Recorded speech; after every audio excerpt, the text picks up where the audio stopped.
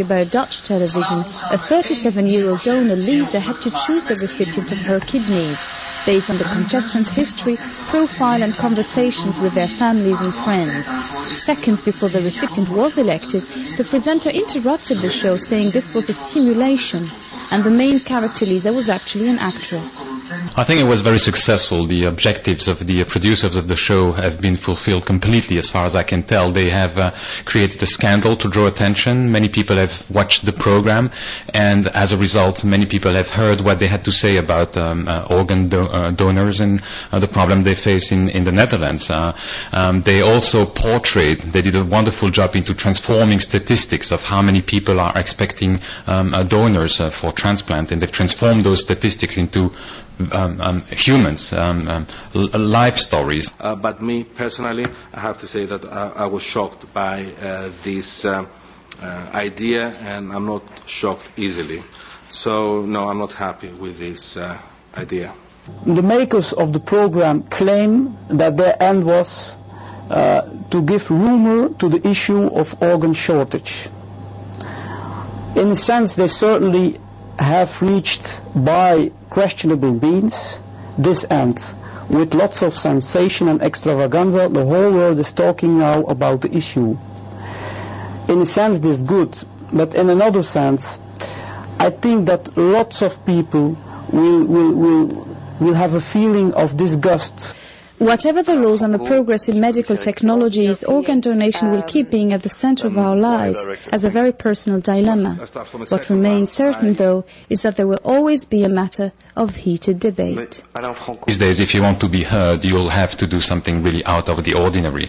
That's what, NGOs or any kind. I mean, if you want your cause to be heard, you'll have to do something really out of the ordinary. And that's what concerns me, is that you can do just demonstrations or petitions or the like. That's just not enough. Now you have to do something big if you want your cause to be heard by the public, and then by the media, and then by the politicians.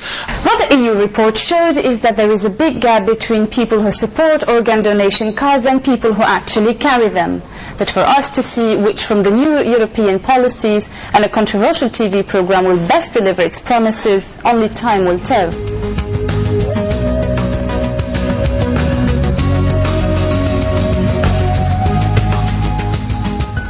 Back viewers, and I think, Mohammed, we are going to remind the viewers of the website of this campaign. Of course, regarding the website of this campaign, it is www.savealife-ksa.com. www. You can see it right down here on the screen, I guess. Yeah, you can see it here. Of course, this is the website. You could always visit and see if you need any further information about the thing. You can always call us as well on our national numbers 01808 8888, and our international numbers 009-661 808 9999, and of course our email address adamsapple@mail.net.sa. And now the point is about the organs that can be donated. So what can be donated? Well, you did not specify internationally or in Saudi Arabia.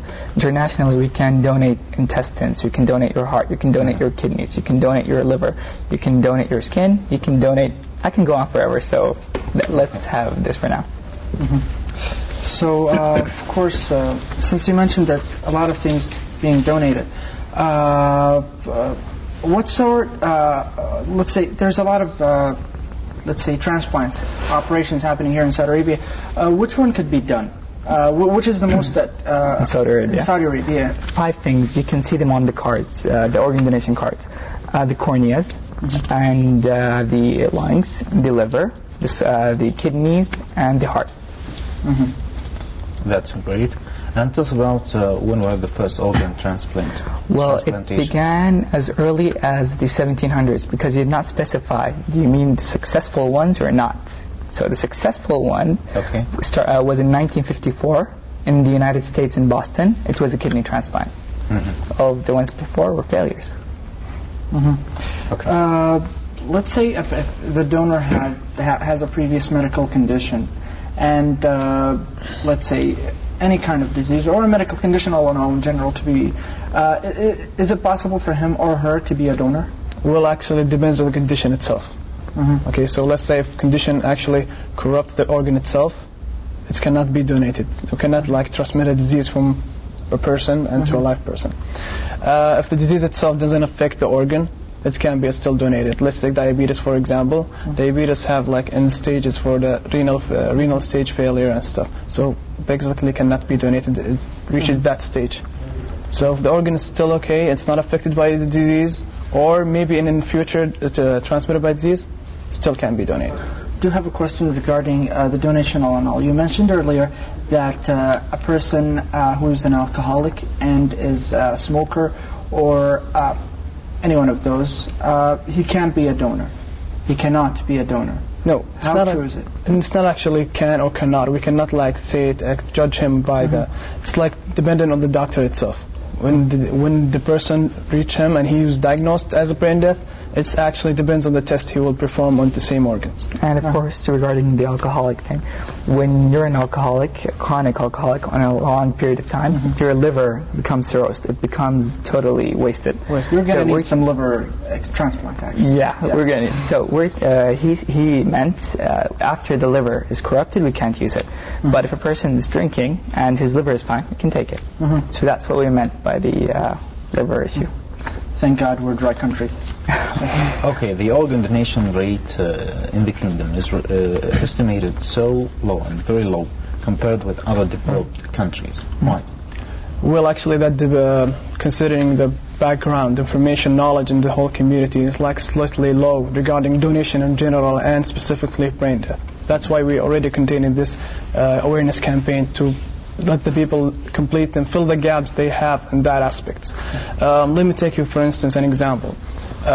Saudi Center for Transplantation have reported in 2007 475 brain death diagnosed as brain death persons. Only 235 families have approved to meet the consult of the Saudi Center. Okay, only 235. Others have rejected even the interview for the regarding the issue. Okay, let me take it. 235. From your thinking, how many families have approved to take an organ from their relative? Just give me a figure. I don't know. Okay, from those 235, only 80 family. 80? 80. That's less than 40%. Yes. So from the total 475, we have like 16.8 family approved to take an organ from their relative. 1/5. So you can see how the deficit is in transplanted and organ donation here in the country. That's why we kept it in the campaign. Of course, how is it determined that, okay, let's say there's a guy with, he's a guy who's brain dead and he has some organs and there's some people that need to be, that need these organs. How is it that, is it priority by age or priority by... No, the priority is by the waiting list. There is a waiting list of people in need of organs. A queue? Sorry? A queue? Kind of, yeah. So this list is based on the severity of the condition of the patient. The person needs it right now, they top him on the list. The person doesn't need it right now, they put him in the middle, or something like that. I don't know the mechanism of it, but that's basically it. And I guess we do have a telephone call. Yes, join us on the phone, Abdullah from Riyadh.